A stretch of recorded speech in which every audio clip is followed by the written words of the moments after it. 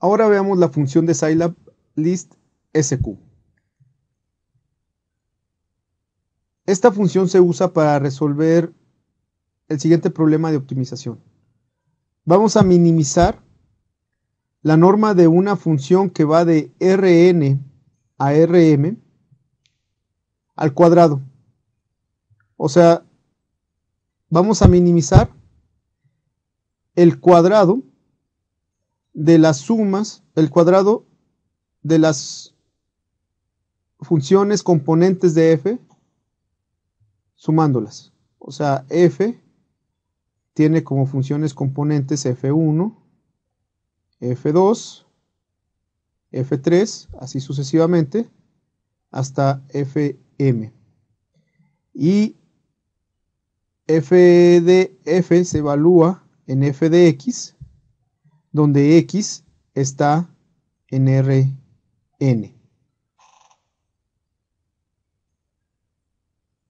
Entonces, una forma simple de la función list SQ es que de argumentos de entrada va a tomar la función, que en este caso es la función f, va a tomar el punto inicial en el cual estamos tratando de aproximar nuestra función.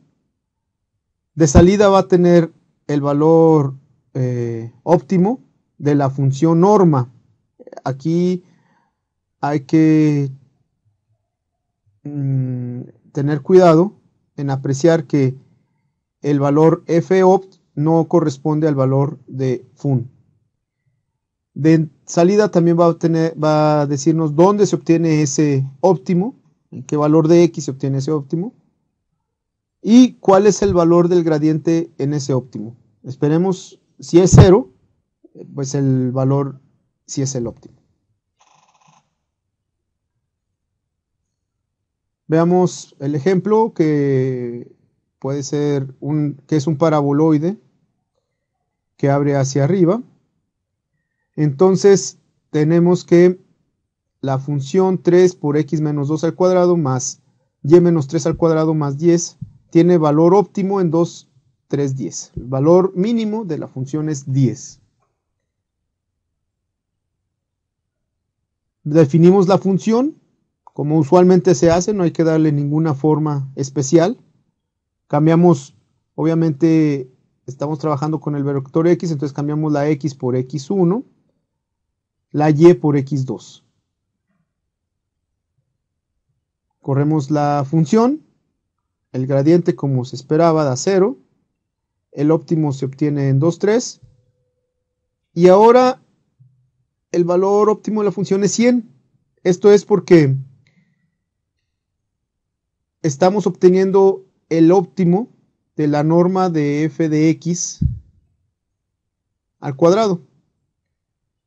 Entonces, si queremos obtener que esto es igual a f de x al cuadrado, porque f consta de una sola componente, entonces el valor mínimo es la raíz cuadrada de este. Entonces, el mínimo de f es igual a 10.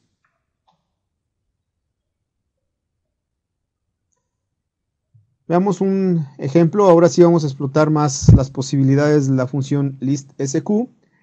Y este ejemplo ya nos dice por qué, la forma en la que se puede utilizar en los problemas de regresión. Tenemos dos pares de datos, un vector x que va a 1, 2, 3, 4 y 5, y y que toma también 5 valores, pero de forma diferente. Tenemos 5, 2, 7, 5 y 6. Entonces vamos a definir la función que va a tomar dos variables. Aquí está, dos variables, por eso empieza en R2 y termina en R5. Esa función va a estar dada por sus funciones componentes E1, E2, E3, E4 y E5. Cada una de estas funciones va a estar definida de la misma manera, solamente va a cambiar xi y yi. O sea, E1 evaluada en MB va a ser igual a 5 menos m más b. Otro ejemplo, por ejemplo, E3, para entender un poquito más la forma de las funciones, E3 evaluada en MB va a ser igual a Y3, en este caso Y3 es 7, menos MXI, XI es 3, entonces MXI nos queda 3M,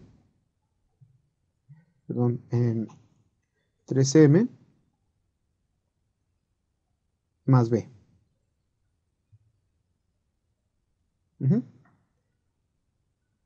Entonces vamos a obtener el mínimo de la función, los cuadrados de las componentes de la función.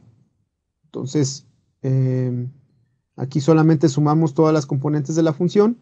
Aquí debe ser hasta 5, n es igual a 5. ¿Y cómo lo vamos a hacer? Pues vamos a definir primero las funciones componentes. Las funciones componentes pues son de la función fun. Entonces, que va a estar evaluado en A. En este caso, A es igual al vector m, b. Entonces, X, vamos a dar de alta nuestros datos X, que van del 1 al 5, nuestros datos Y, que es 5, 2, 7, 5, 6. Y el for nos define las funciones componentes de f, las EIs. Entonces aquí cambiamos el valor de x por xy, el valor de y por y, el valor de m por a1 y el valor de b por a2.